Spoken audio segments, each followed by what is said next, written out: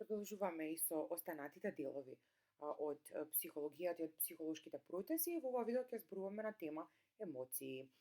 Емоциите всушност се психички процеси кои што го изразуваат човековото однесување кон одредени предмети, појави, настани, кон другите луѓе, но многу е важно и дека емоциите го изразуваат и односот кој што го имаме ние самите кон себе, за своите постапки, за доживувањата на нештата, за нашето однесување и така натака. За да ги разбереме подобро емоциите, би било вред да споменеме дека тие се составени од одредени делови и составните делови на емоциите всушност се физиолошката екситација, односно состојбата на организмот при одредена емоција. Таа представува еден од најзначајните фактори на емоциите и тоа е моментот кога нашето тело се мобилизира да одговори и да реагира на дразбата која што всушност кај нас причинила одредена емоција.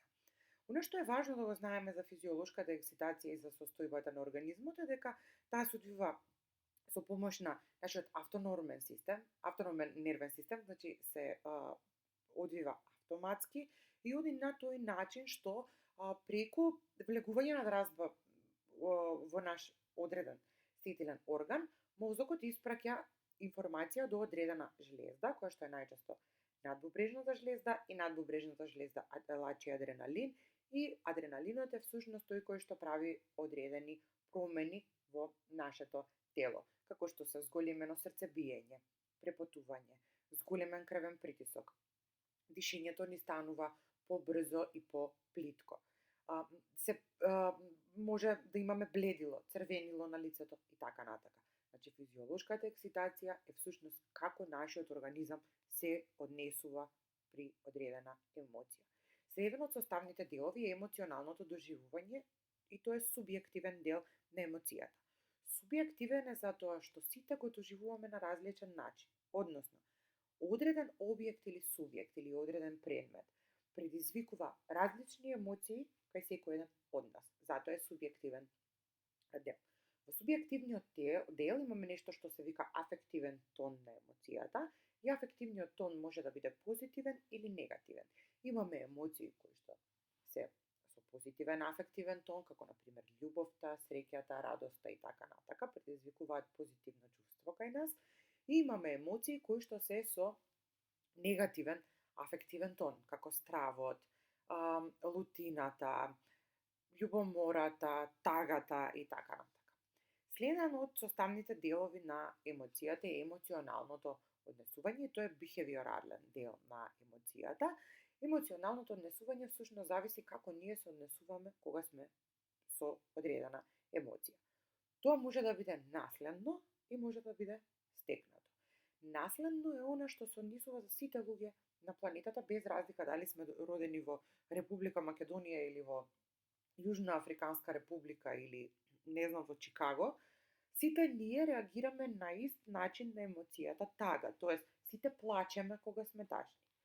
Она што е стекнато зависи од културата, од нацијата, од верата и така натака. Например, не сите, да речеме например на емоција тага, во зависност од нашата култура реагираме на различен начин. Например, ние во Република Македонија тагата ја одбележуваме со црна боја.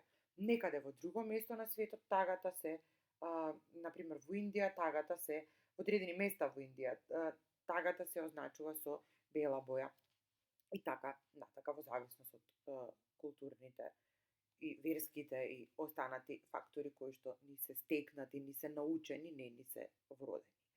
Што се однесува до теориите на емоциите, постојат неколку видови на теории, основната, најзастапената е еволутивната теорија на емоции, представник се разбира Чарлс Дарвин, кој што вика дека емоциите се развиваат затоа што биле адаптивни и им дозволиле на луѓето и на животите да преживеат и да се репродуцираат.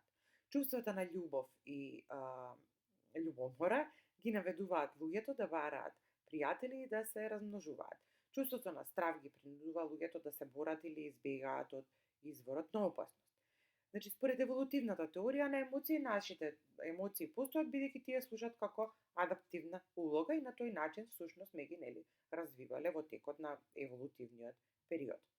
Разбирањето на емоциите на другите луѓе и животни исто така игра клучна улога во безбедноста и опстанокот. Ако се сретнете со потскокнувачко плукање и копање животно, шансите се дека брзо ќе сватите дека животното е исплашено или дефанзивно и го оставаме само, односно се повлекуваме од истото. Со правилно толкување на емотивните прикази за другите луѓе и животни можеме да одговориме правилно и да ја избегнеме опасноста. Теоријата на емоции на Джеймс и на Ланге, Джеймс Лангеова теорија, е едно од најпознатите примери за физиолошка теорија на емоции и независно предложен од психологот Вилијам Джеймс и физиологот Карл Ланге, теоријата на емоции на Джеймс и Ланге сугерира дека емоциите се јавуваат како резултат на физиолошките реакции на настаните. Ова теорија сугерира дека кога ќе видиме надворешен стимул што води кон физиолошка реакција, нашата емоционална реакција зависи од тоа како ги толкуваме овие физички реакции. Например, да претпоставиме дека одиме во шума и гледаме гризли мечка. Ќе почнеме да трепериме, нашето срце почнува да се трка, забрзано да чука и оваа теорија предлага да ги интерпретираме нашите физички реакции и да заклучиме дека сме уплашени.